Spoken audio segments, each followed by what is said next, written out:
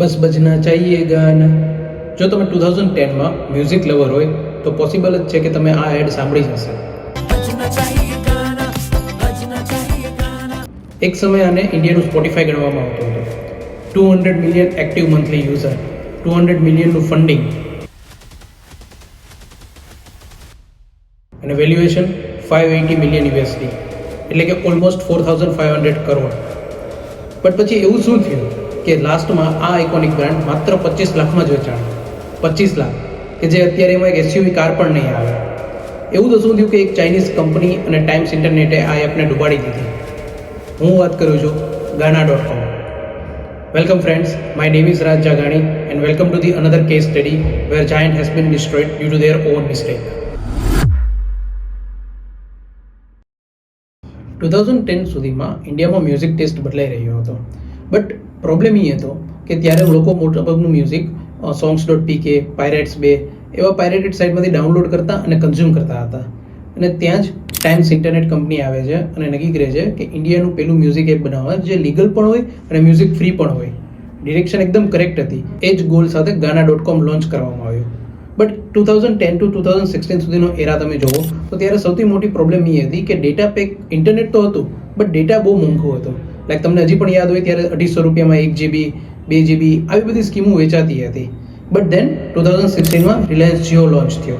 6 month માટે internet completely free કરી દેવામાં આવ્યું. મિલિયન્સ ઓફ યુઝર ઓનબોર્ડ થયા અને આ જ ગાના.com માટે પરફેક્ટ વેવ હતી.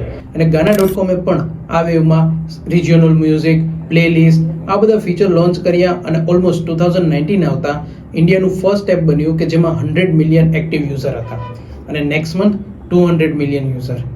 લોકોને લાગવા લાગ્યું કે ઇન્ડિયાનું સ્પોટીફાઈ બની રહ્યું છે અને આ જોતા ટેન્સન્ટ કંપનીએ 150 મિલિયન યુએસડીનું ઇન્વેસ્ટમેન્ટ કર્યું. બટ અહીંયાથી જ પ્રોબ્લેમ શરૂ થાય છે. 2019 સુધીમાં ગાના.com એક પરફેક્ટ પોઝિશન ઉપર હતો. બટ અહીંથી જ એને થોડાક પ્રોબ્લેમ શરૂ થાય છે. એનું સૌથી મોટો રોડ બ્લોકર હતો પ્રોફિટ. એની પાસે યુઝર્સ તો હતા પણ યુઝર્સ પે નહોતા કરતા અને ગાના.com પોતે કોઈ મ્યુઝિક પ્રોડ્યુસ નહોતું કરતું. એના જે પાર્ટનર હતા ટી સિરીઝ, સોની, યુનિવર્સલ લેબલ, આ બધાને એને એક રોયલ્ટી મિનિમમ ગેરંટી આપવી જ પડતી હતી. મતલબ કે એનું મ્યુઝિક પ્લેટફોર્મ ઉપર ચાલે કે ના ચાલે પણ એની રોયલ્ટી એને પે કરવી જ પડતી હતી. અને પછી 3 એવા મોટા ઝટકા આવ્યા કે જે ગાના.com સર્વાઈવ ના કરી શક્યો.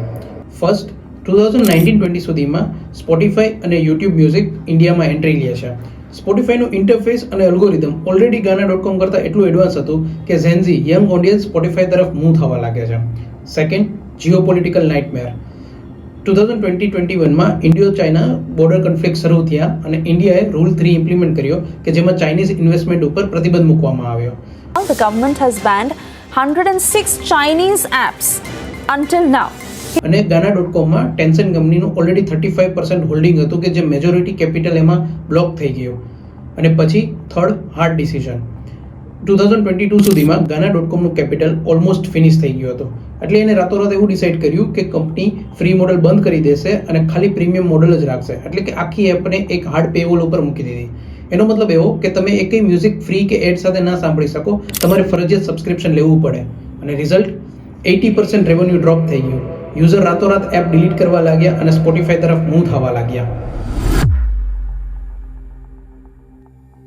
2023 આવતા ગાના.com પાસે સર્વરનું બિલ દેવા માટે પણ પૈસા નહોતા. સર્વરનું પેમેન્ટ કરવા માટે પણ ટાઈમ્સ ઇન્ટરનેટે ડેટ લેવું પડ્યું હતું. અને પછી એરટેલ વિંગ મ્યુઝિક સાથે ડીલ કરવામાં આવી પણ આ ડીલ પણ ફેલ ગઈ હતી. અને પછી Anil entertainment network India private limited કે જે રેડિયો મિર્ચીની પેરેન્ટ કંપની છે એ ગાના.comને એક પર્ટિક્યુલર ફિક્સ અમાઉન્ટમાં એક્વાયર કરી લે છે. જ્યારે આ અમાઉન્ટ બહાર આવી ત્યારે માર્કેટ આખું શોક થઈ ગયું, કારણ કે માત્ર 25 લાખમાં જ રેડિયો મિર્ચીએ ગાના.com એક્વાયર કરી લીધું હતું. એક સમયે કે જેની વેલ્યુએશન 4500 કરોડ હતી એ માત્ર 25 લાખમાં જ આખી કંપની સેલ થઈ ગઈ હતી. તો શું ગાના.comએ બધું ખોટું કર્યું હતું? એવી તો કઈ મિસ્ટેક હતી કે જેના લીધે એ માત્ર 25 લાખની વેલ્યુએશન પહોંચી ગયું? ગાના.comની જે સૌથી મોટી ભૂલ હતી કે એ આ પ્રોડક્ટને એઝ અ ડિસ્ટ્રીબ્યુશન પ્રોડક્ટ જોતો હતું, પણ ખરેખર આ પ્રોડક્ટ અલ્ગોરિધમની હતી. જે સોંગ છે એ બંને પ્લેટફોર્મ સ્પોટીફાઈ અને ગાના.com બંને પ્લેટફોર્મ પર અવેલેબલ હતા, પણ રિકમેન્ડેશન એ એલ્ગોરિધમ જેનું સ્ટ્રોંગ હતું એ જ આ પ્રોડક્ટ ચલાવી શકે એમ હતું. કારણ કે આ ડિસ્ટ્રીબ્યુશનની પ્રોડક્ટ હતી જ નહીં, અને સ્પોટિફાઈએ એનું અલ્ગોરિધમ બેસ્ટ કરવામાં જ વધારે ટાઈમ સ્પેન્ડ કર્યો હતો, જ્યારે ગાના.com માર્કેટિંગ અને ડિસ્ટ્રીબ્યુશનમાં વધારે ટાઈમ સ્પેન્ડ કર્યો હતો.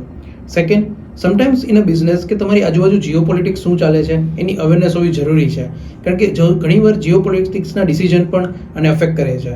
Same case study you can say about Dream11. એક સમયે ટાઇટલ સ્પોન્સર ઇન્ડિયાનું હતું, પણ આજે એ કંપની ક્યાંય નથી. Thank you for watching this video. If you like the video, then please subscribe to this channel.